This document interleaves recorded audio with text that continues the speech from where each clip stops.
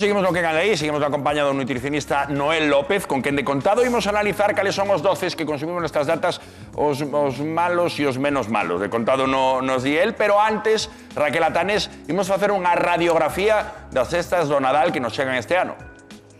Sí, Juan, e atentos na casa porque son datos ben interesantes. Bueno, por todos é sabido que as festas do Nadal supoñen un gasto extra para o noso peto. E agora que todo sobe, pois queremos poñer a exame a cesta de Nadal deste ano para botar contas e para anticiparnos na medida do posible aos gastos que veñen. A vida vai máis cara, xa o saben vostedes, e iso nótase, ata o punto de que estas festas estaremos, atención, ante a cesta de Nadal máis cara da historia. Está no vendo, o seu prezo incrementouse nun 49% nos últimos 10 anos. E isto tradúcese en que os galegos gastaremos de media 120 euros máis durante estas festas. Pero parece que o principal gasto non irá para larpeiradas, por sorprendente que lles pareza, a min tamén, porque do orzamento total cada persoa gastará alrededor de 7,22 euros en doces. Escoitaron ben, tan só 7,22 euros en doces. Dende logo non son os máis caros, pero sí que son imprescindibles nas nosas mesas. Aínda que non todos teñen o mesmo protagonismo. Atención, porque os doces de Nadal que máis consumimos, e sí que non hai sorpresa, son o turrón de chocolate, os polvoróns e os mazapáns. Pero as tradicións van cambiando e imos pouco a pouco introducindo doces novos que son típicos de outras rexións, como pode ser o caso do panetone, un dos doces típicos do Nadal de Italia que cada ano se vai facendo máis e máis popular aquí no noso país e é que está delicioso, aínda que, iso sí, se lograr desbancar a un clásico como o roscón de reis. Os estudos xa están vendo revelan que o roscón de reis se mantén como opción favorita para o 46% dos enquisados e que só un 15% escolle exclusivamente o panetone. Non sei vostedes, eu tamén son máis de roscón se teño que elexir. E igual que algúns doces gañan adeptos, hai outros que están en perigo de extinción. Sí, atención Galicia, o pronóstico de Roberto Vilar parece que se cumpre porque froitos secos, froitas confeitadas e amendoas confeitadas van perdendo terreo Nadal a Nadal, non sabemos se ata desaparecer. Aínda que cada ano, como sempre, o máis importante é poder xuntarnos cos nosos arredor dunha boa mesa, dunha boa papatoria. E iso sí que non cambia, Juan, ni con as tendencias, nin cos anos. Veremos se cambia ou non coa opinión do nutricionista Noel López, que saudamos de novo, e nos preguntamos, víamos, o que máis consumimos nos doces no Nadal son os turróns. Turrón. Cal é o turrón menos malo? Bueno, a ver, Hai que comer un cacho de turrón. calquer postre de Nadal son postres moi calóricos, nos cales predominan os hidratos de carbono, principalmente os azúcares e as grasas hidroxenadas, co cal non podemos decir que ningún postre de Nadal dos que temos aquí en riba da mesa sexa saludable, pero bueno... Pero vámonos comer. A mí sempre me parece que é un pouco máis saudable o turrón tradicional, o turrón duro, por exemplo, tradicional, que o turrón de chocolate. A priori o turrón tradicional non só leva amendoas, o turrón de chocolate pois debería levar máis azúcar porque leva o chocolate, pero onte estuve un pouco revisando varias marcas comerciales de turróns e facendo comparativa, e a pesar de que este tipo de turrón non leva azúcar, non leva o azúcar de chocolate, perdón, pois leva prácticamente a mesma cantidad de azúcar por 100 gramos de produto, co cal non hai prácticamente diferencia. Que hai moitos turróns xa, turrón de pino, este turrón de pino, hai turrón de todo. Hai turrón, cada vez hai máis porque somos moi golosos, entonces... Pero o que máis se consume sigue sendo o turrón de chocolate. É o que me sabe, eu. Que eu cando era pequeno non había turrón de chocolate, Eu cando era pequeno había turrón duro e turrón blando. Sí, e xa está. Non había outro. E non había máis. Pero ten algo razón Noel que ao final é o que mellor sabe, o que máis botamos a man. Eu moitas veces tamén lle bota a man, porque sempre poñen enriba da mesa, pois estas uvas pasas, os dátiles, eso que se chaman orellós. Orellós, sí. Ten moito azúcar tamén.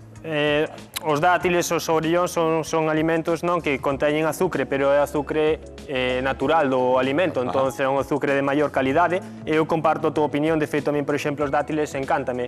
Por exemplo, o dátil cun pouquiño enriba de queixo semicurado, sabe moi ben. Non sei se algún vez o probastes, ou un dátil cunha onza de cacao 85%, e fais así un tipo bombón, sabe moi ben tamén. Sabes como fai a veces? O dátil cun cacho de chourizo, Como chourizo. Cuidado, envolto nunha tira de touciño, e no forno, cuidado. Pois mira. Vai moi ben o dátil para cociñar con graxas, Sí, é moi utilizado, ten moitos usos. Un cachiño pequeno, dicía, claro. E despois, o bon tamén disto é que nos aporta, vámonos xa a deixar de pensar no azucre, apórtanos fibra, que tamén é moi importante para manter un correcto tránsito intestinal en estas festas de Nadal, que ao final comemos máis cantidade e iso pode causar mella no noso tránsito E intestinal. o polvorón, que temos aí, polvorón, mazapán, todo eso.